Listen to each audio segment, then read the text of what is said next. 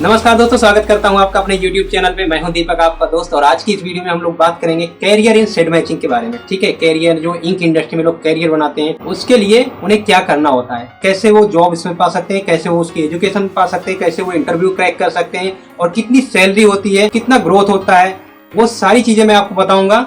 लेकिन उसके लिए आपको वीडियो पूरा लास्ट तक देखना होगा। अगर आप लास्ट तक नहीं देखोगे तो आपके साथ होगा क्या, आपको मान लो मैंने बताया एजुकेशन के बारे में पता चल गया, जॉब के बारे में नहीं पता चला, इंटरव्यू के बारे में नहीं पता चला, या फिर आपको पता ही नहीं है कि उसके बीच में क्या होता है, आप कैसे क्रैक कर सकते हो कोई भी इंटरव्यू। तो ये सारी जो चीजें हैं ये आपको तब पता चलेगी जब आप पूरा वीडियो लास्ट तक देखोगे। तो हम लोग बिना आपका टाइम वेस्ट किए चलते हैं, वीडियो तुरंत शुरू कर। बेसिकली क्या होता है कि जब किसी को इसमें जॉब करना होता है तो वो जो कंपनियां होती हैं जो प्रिंटिंग इंक की, जिसमें कुछ एक मेन कंपनियों के नाम ले लेता हूँ।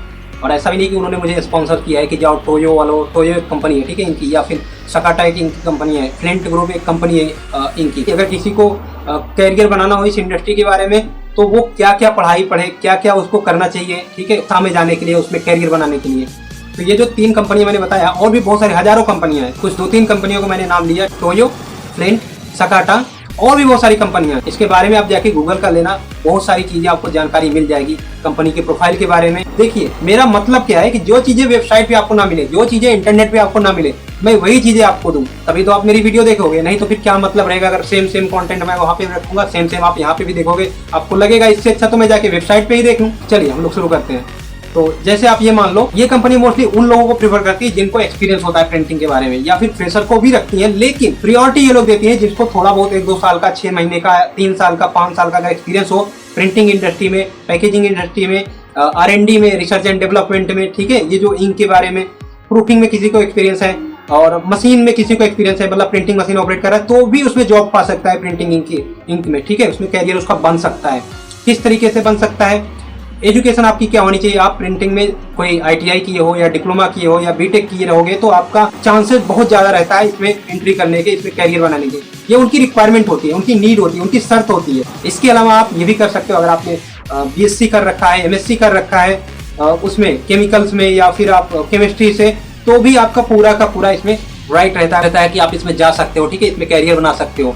इंटरव्यू लेते समय ये लोग एक चीज को ध्यान रखते हैं कि किस बंदे को कितनी ज्यादा नॉलेज है कलर्स के बारे में। कलर्स के बारे में आपको बेसिक थ्योरी पूरा पता होना चाहिए। कलर थ्योरी पे मैंने 2-3-4 वीडियो बना रखी है, आप जाके देखोगे। मैंने एक प्लेलिस्ट बना रखी है, ठीक है, शेड मैचिंग का या इंक के बारे में, कलर्स के बारे में। तो वहाँ पे आप जाओगे तो आपको जितनी सारी वीडियो है कलर के बारे में मिल जाएगी। तो आपको पेंटोन कलर के बारे में पता होना चाहिए, ये भी मैंने वीडियो बनाई है। आपको पता होना चाहिए कि किस कलर को मिक्सिंग मैचिंग क्या होती है, किस कलर को मिलाने से क्या बनता है, ये कॉन्सेप्ट आपको पूरा का पूरा क्लियर होना चाहिए। और उसके अलावा आपको ये भी पता होना चाहिए कि एक होती है 2 तरह की, ऑनलाइन शेड मैचिंग और offline shade matching. Online shade matching ये होती है कि आपको रनिंग मशीन पे शेड मैच करना होता है। ऑफलाइन मतलब क्या होता है कि आप कलर वगैरह सब कुछ प्रूफिंग में या फिर कैसे भी आप मैच कर दो, आपके पास कोई हड़बड़ी सी नहीं रहती है, कोई जल्दबाजी सी की बस आप मैच करो। लेकिन ऑनलाइन शेड मैचिंग क्या होती है कि आपको रनिंग मशीन में आपको चीजें सेट करनी होती है, क्योंकि उसमें वेस्टेज बहुत ज्यादा जाता रहता है। तो जो एक्सपर्ट माने जाते हैं वो, अगर ऑनलाइन शेड मैचिंग किसी को पता है तो वो उनकी प्रायोरिटी और ज्यादा दी, वो लोग उनका टाइम बचाएंगे। इसी तरीके से आप ये भी जान लो कि सैलरी क्या होती है। ठीक है, सैलरी भी जानना बहुत जरूरी है, क्योंकि अल्टीमेटली हम लोग पढ़ाई किस लिए पढ़े हैं। जाहिर सी बात है, कोई भी रास्ता अपनाओगे, कुछ भी करोगे, हर बात आके रुकती है पैसे पे, हर बात रुकती है आके सैलरी पे। सैलरी पे मैं बता देता हूँ कि फ्रेशर की जो सैलरी होती है मोस्टली 10 से 20 हजार के बीच में होती है, कभी कभी 25 हजार भी होती है। लेकिन जैसे जैसे आपका एक्सपीरियंस भी होता है, तो फ्रेशर का मतलब कि कोई बस कॉलेज से पढ़ के गया और वो जाएगा, सोचेगा मुझे 25 हजार की नौकरी मिल जाए, थोड़ा सा डिफिकल्ट होता है, लेकिन असंभव नहीं है। लेकिन मैं ये कहूंगा कि आप 10 से 15 हजार की नौकरी चाहिए तो बहुत ही आसानी से मिल जाती है प्रिंटिंग इंक में। और कई बार लोग ऐसा भी करते हैं कि जिसको इंक इंडस्ट्री में कैरियर बनाना है और अगर तुरंत उसको नहीं मिल रही इंक इंडस्ट्री में जॉब, तो ऐसा नहीं है कि उसका कैरियर चौपट हो गया, उसका कुछ नहीं कर सकता। अब तो भाई उसकी तो लाइफ गई, वो उसको करना चाहता है और बड़ा मुश्किल हो रहा है, तो वो एक और रास्ता अपना सकता है। क्या कर सकता है, किसी भी प्रिंटिंग कंपनी में जॉब कर सकता है, जैसे कि ऑफसेट में कर सकता है, एक्सोग्राफी में कर सकता है, ग्रेव्योर में कर सकता है, सिल्क स्क्रीन में कर सकता है, कहीं पे भी कर ले।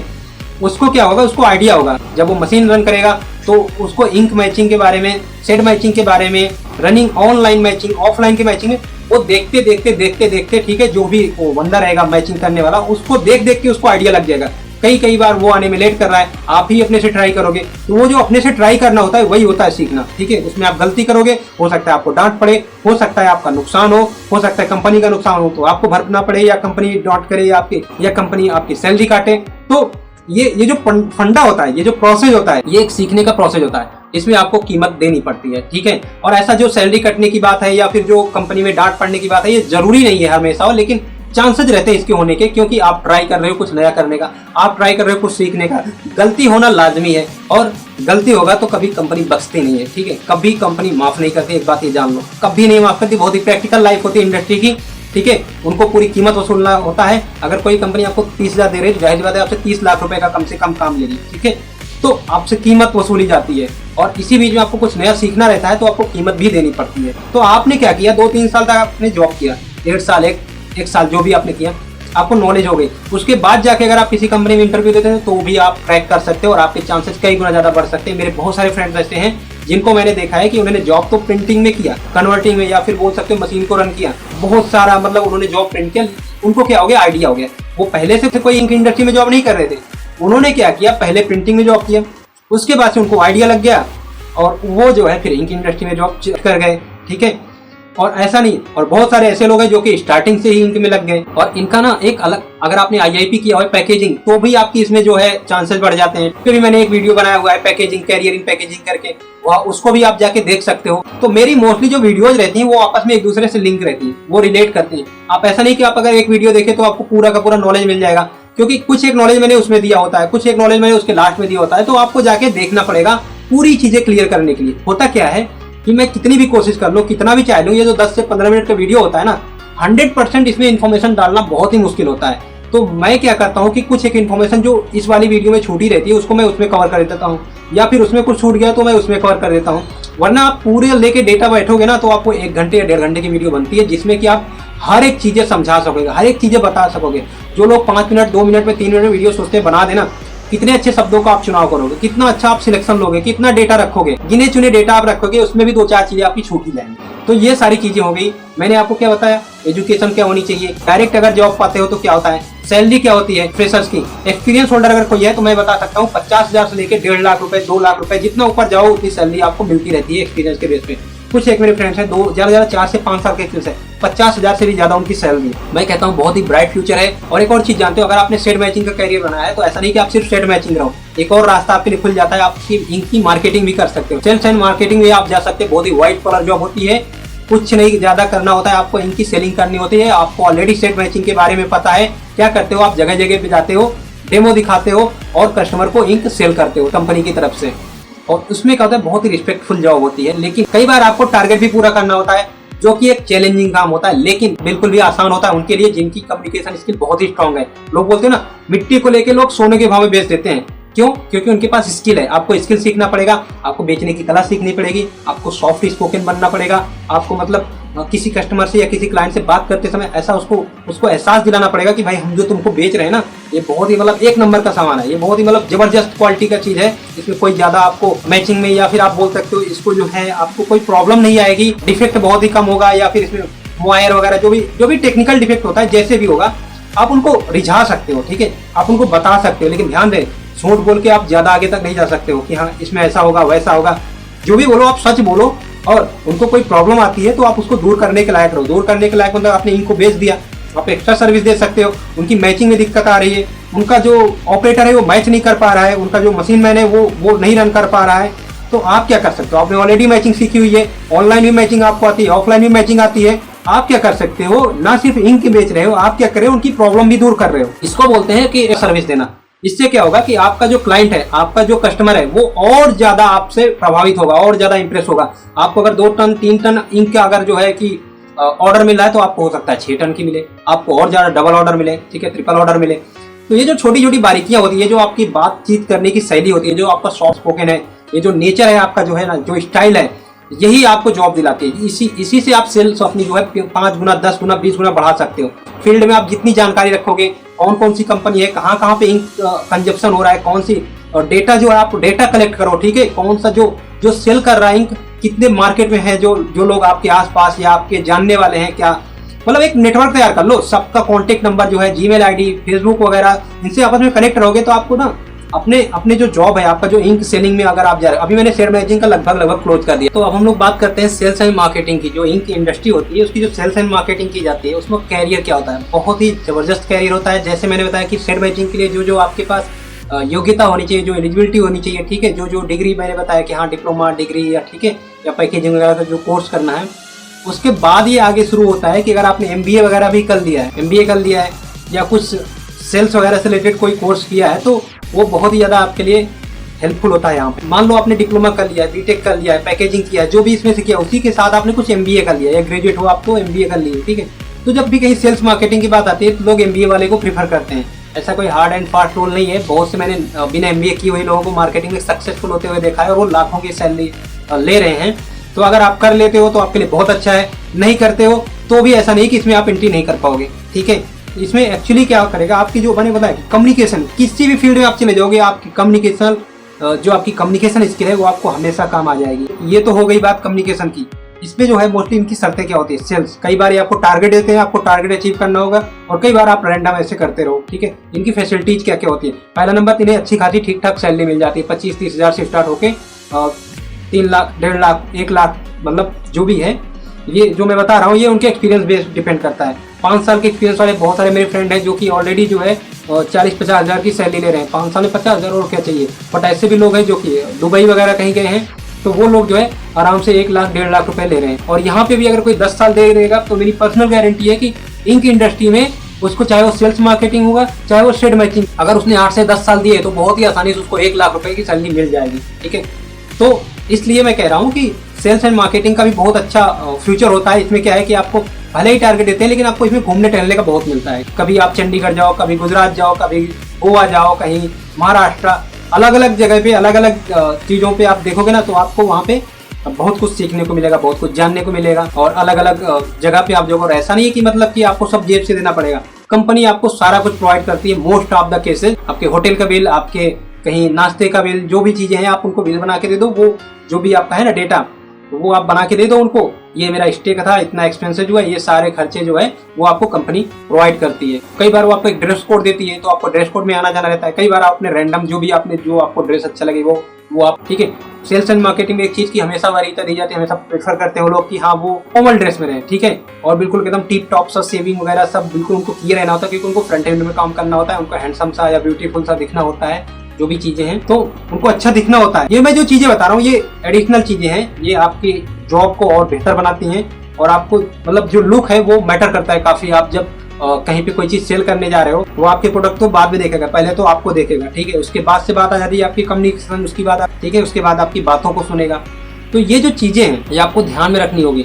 सेल्स मार्केटिंग में मैंने बताया ना कि डिग्री का तो बाद में रोल आता है, पहले तो वही रोल आता है कि आप कैसे दिखते हो, आपका ओवरऑल लुक इतना जबरदस्त होना चाहिए, क्योंकि आप किसी को बेचने जा रहे हो तो आपको। और दूसरी एक और बात मैं बता दूं, अगर आपको सेल्स एंड मार्केटिंग में कैरियर बनाना है इनकी, तो आप बहुत सारी बुक्स पढ़ डालो सेल्स की, बहुत आपको बेनिफिट होगा। इससे कोई फर्क नहीं पड़ता कि आप MBA किए हो कि नहीं किए हो, अगर किए हो तो बहुत अच्छी बात है, नहीं भी किए हो तो भी आप बुक्स पढ़ो, क्योंकि जिन्होंने MBA कर लिया तो इसका मतलब ये नहीं वो सेल्स एंड मार्केटिंग की बुक नहीं पढ़ेंगे अगर उन्हें सेल्स में जाना है, या वीडियोस नहीं देखेंगे सेल्स एंड मार्केटिंग से रिलेटेड, या वो सेमिनार नहीं अटेंड करें। तो ये जो वीडियो देखना, ये जो बुक्स पढ़ना, ये जो सेमिनार देखना, ये मैं उनके लिए नहीं कह रहा हूँ कि जिनको कि बस आराम से बस सैलरी मिल जाए 20-30 हज़ार 50 हज़ार 1 लाख, बस अपना खर्चा चल रहा है। ये मैं उनके लिए कह रहा हूँ जिनको कि बहुत आगे बढ़ना है, जिनको लाखों, कईयों, 10-20 लाख रुपए या फिर करोड़ों अगर कमाने हैं, ठीक है। तो मैं उनके लिए बता रहा हूँ कि वो बुक्स पढ़े, वो जो है सेमिनार अटेंड करें, और वो जो है वीडियोज वगैरह यूट्यूब पे भी देखें, सेल्स एंड मार्केटिंग की बारीकियाँ क्या होती हैं, जो सीनियर पर्सन है उनसे जाके मिलें, टिप्स एंड ट्रिक्स जो होती हैं उनको,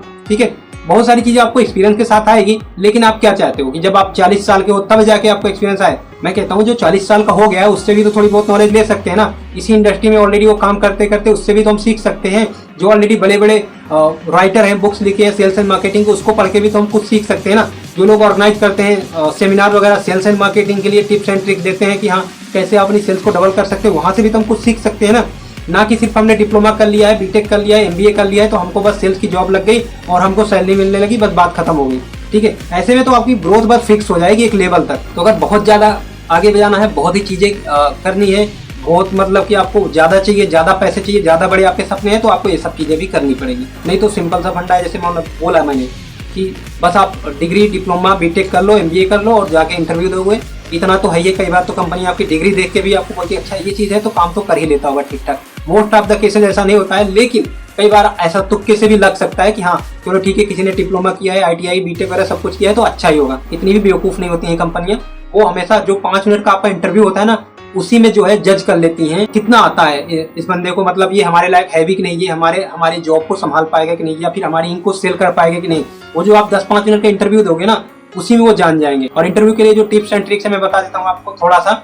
आपको पहला नंबर तो कलर के बारे में बिल्कुल एक जबरदस्त नॉलेज होनी चाहिए। कोई अगर पूछ ले आपसे कि हाँ रेड कलर कैसे बनेगा या फिर ग्रीन कलर कैसे बनेगा, तो आप वहाँ पे चक्कर ना खाओ कि वहाँ पे आपको उसको जवाब देने के लायक रहो कि हाँ ये मिलाओगे ऐसा बन जाएगा। या कोई जॉब अगर उठा के आपको दिखा दिया कोई प्रिंटेड मटेरियल कि हाँ ये बताओ ये कितने कलर से प्रिंट हुआ है, तो आप उसको तुरंत जवाब दे दो। वो आपसे पूछे कि इसका व्हाइट कैसे बनेगा, इसका गोल्ड कैसे बनेगा, या फिर मैं चाहता हूँ कि हाँ ये चमक क्यों रहा है, मतलब जो भी उससे आपको क्वेश्चन पूछे या पूछ ले यहाँ पे ये डॉट कैसे, ये हाफ टोन ऐसे कैसे गलत जा रहा है, या फिर इसको मुझे सही करना हो, या फिर ये 5 कलर की जॉब है मैं चाहता हूँ इसको 4 कलर में प्रिंट करूँ। ये जो प्रिंटिंग से रिलेटेड चीजें हैं ये आपको अगर पता है ना, तो मैं कहता हूँ कोई भी इंटरव्यू हो आप क्रैक कर जाओगे। और थोड़ी बहुत आपकी इंग्लिश भी ठीक ठाक सी है तो वो भी आपका प्लस पॉइंट होता है कोई भी इंटरव्यू क्रैक करने के लिए। जब भी आप इंटरव्यू देने जाओगे तो आपको इंग्लिश की अहमियत पता चलेगी कि सीखे होते तो कितना अच्छा होता। तो है इंपॉर्टेंस इंग्लिश की, और आपको सीखना पड़ेगा अगर आपको आगे बढ़ना है तो। जिनको आता है मैं उसकी बात नहीं कर रहा हूँ, जिनको नहीं आती है उनको सीखना पड़ेगा।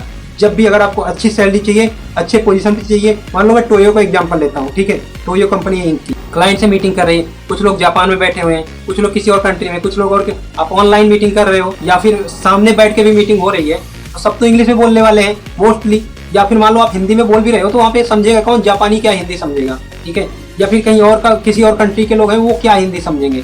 तो वहाँ पे आपको इंग्लिश की इंपॉर्टेंस समझ आती है, वहाँ पे आपको इंग्लिश की वैल्यू समझ में आती है। वहाँ पे आप जब कोई इंटरव्यू देने जा रहे हो, मैंने खुद भी 3 से 4 इंटरव्यू जो भी मैंने दिए हैं, 5 इंटरव्यू, मोस्टली 5 में से मेरे 4 इंग्लिश में गए हैं। तो इसका ये मतलब नहीं कि आप पूरा एकदम BBC वालों की तरह इंग्लिश बोलो एकदम टिप टिप टिप टिप से कि हाँ मतलब किसी को समझ में आए किसी को ना समझ में आए, बिल्कुल एकदम टंग वोंग के पीछे पड़ जाओ, बिल्कुल लिपसिंग वगैरह जो भी चीजें होती है ना, कि जो होता है उनका प्रोनाउंसिएशन मुझसे भी नहीं बन रहा है, बट मुझे भी सीखना है। तो सीखना तो पड़ेगा, नहीं सीखोगे तो नहीं काम चलेगा, जाहिर सी बात है। किसी जगह पे नहीं चलेगा, कुछ जगहों पे चलेगा, तो जहाँ चल जाएगा वहीं आप चला पाओगे।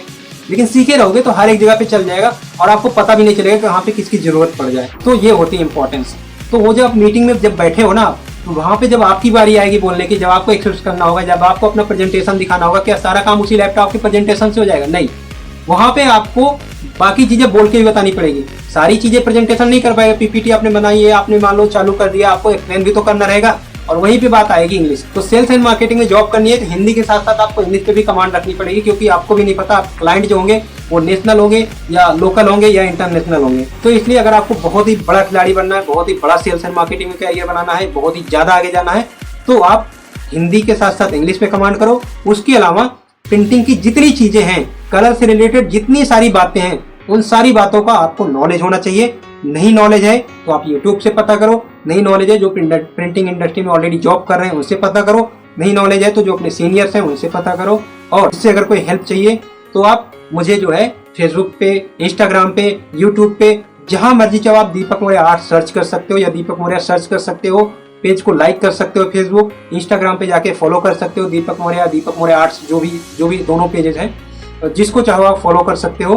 ठीक है, हर एक जगह से मेरी कोशिश रहेगी कि आपको ज़्यादा से ज़्यादा मैं हेल्प प्रोवाइड कर सकूं। जो चीज़ें मैं आपके लिए कर सकूंगा मैं पूरा करूंगा। और इसी के साथ मैं ये वीडियो समाप्त करता हूं। आई होप कि आपको काफ़ी चीज़ें जानने को मिली होंगी, सीखने को मिली होगी। और ऐसे ही आप प्लीज़ अगर चैनल पे नए आए हैं तो प्लीज़ चैनल को सब्सक्राइब कर दीजिए, बेल आइकन होगा वो भी प्रेस कर दीजिए। क्या होगा कि हम जैसे ही कोई नई वीडियो डालेंगे सबसे पहले आपको नोटिफिकेशन आएगा, और आई एम श्योर कि आपको कुछ ना कुछ जरूर सीखने को मिलेगा पूरी एक वीडियो से। पूरी वीडियो अगर आप देखेंगे तो। फिर मिलते हैं फिर अगले वीडियो में, तब तक के लिए धन्यवाद।